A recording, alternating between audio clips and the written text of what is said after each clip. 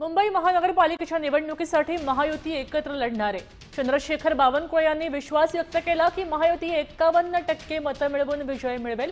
मुंबईमध्ये महायुतीचा विजय झेंडा फडकवणार आहे असा दावा त्यांनी केलाय। पक्ष एकत्र काम करून नागरिकांसाठी बदल आणणार असंही त्यांनी सांगितलंय। नाही, आम्ही महायुतीमध्ये जातो आहे।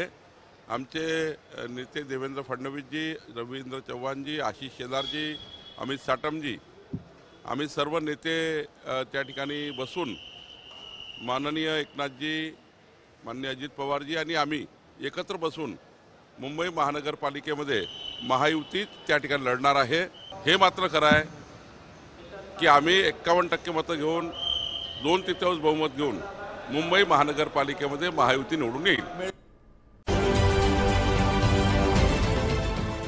देश विदेशातील प्रत्येक घडामोडींचे लाईव्ह अपडेट मिळवण्यासाठी आता साम टीव्हीच्या सर्व सोशल मीडिया प्लॅटफॉर्मला लाईक, फॉलो आणि सबस्क्राईब करा।